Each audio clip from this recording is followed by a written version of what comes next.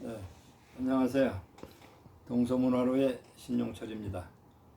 무더위도 이제 어느 정도 꺾였습니다. 지난번에 우리는 우리 고향에서 일어났던 그 6.25 전쟁에 대해서 살펴봤습니다. 그러다 보니까 오늘은 그보다 더 먼저 제가 살았던 경험을 한번 얘기하고 싶습니다. 왜냐하면 제가 다녔던 초등학교 6년 동안은 우리 역사에서 매우 중요한 세 시대가 있었습니다. 그것은 우리가 잘 아는 일제의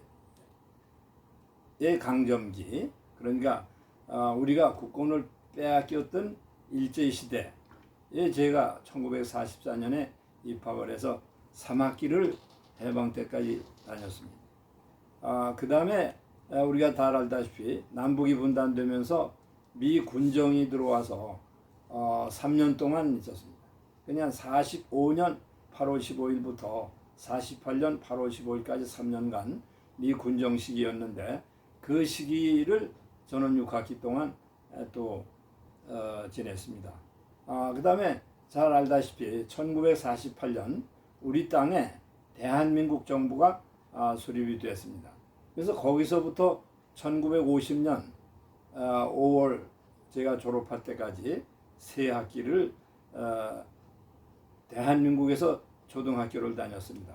그러니까 일제 강점기 3학기, 그리고 미 군정 6학기, 그 다음에 대한민국 3학기. 그래서 6년 동안의 초등학교에서 세 시기를 겪었습니다. 이것은 요즘에 뒤에 태어난 사람들은 상상이 잘 안 되겠지만은 우리가 역사에 있어서는 매우 중요한 시기였다고 생각되기 때문에 제 개인적인 문제가 아니라 이 시기의 역사성을 보는 의미에서 조금 회고해 볼까 합니다. 저는 1944년에 초등학교에 입학했습니다. 그때는 국민학교라고 그랬습니다. 물론 일제시대입니다. 그래서 입학하자마자 모든 언어는 일본어로 해야 됐고, 또 초등학교에서 일본어를 배웠기 때문에 우리 말이라든지 우리 글은 금지가 되어 있던 시기입니다. 그럼 그 당시에 학교 들어가기 전에 우리 가정이라든지 사회의 일반적인 문제를 조금은 살펴보겠습니다.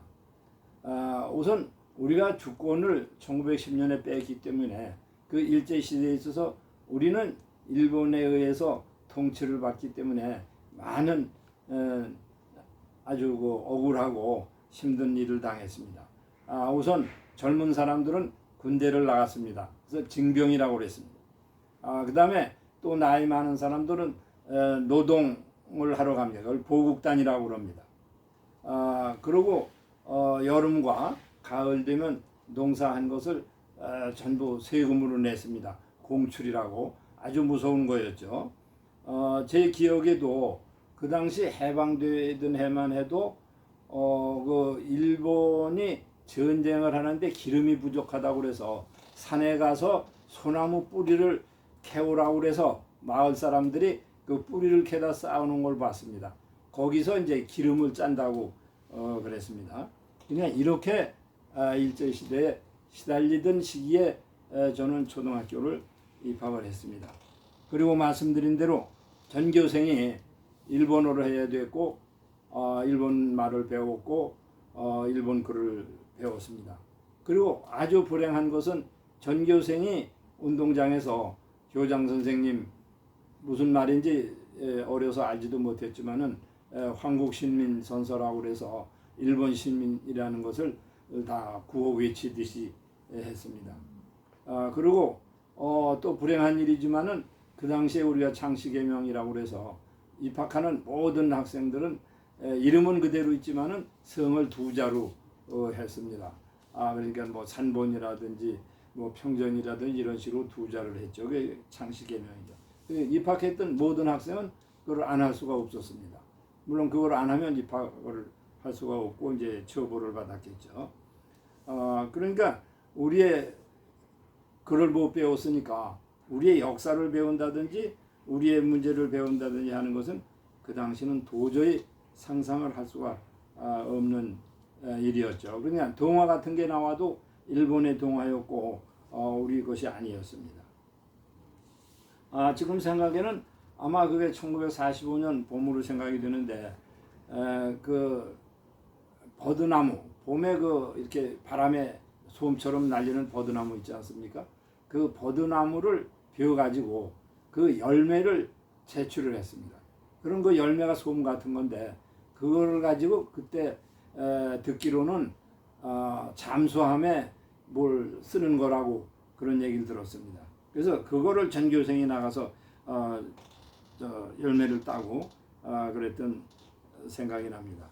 그리고 학교에는 뽕나무도 심었고 양잠실이 있었고 채소밭도 있었고 또 소도 기르고 그랬던 생각이 납니다. 그리고 이제 1945년 되면 우리가 전쟁이 끝날 무렵이니까 미국의 비행기가 이제 쳐들어온다고 상당히 이제 불안했습니다. 근데 어느 날 아닌 게 아니라 미국의 B-29가 이제 서울 지역에 떴습니다. 저도 그걸 봤던 생각이 납니다.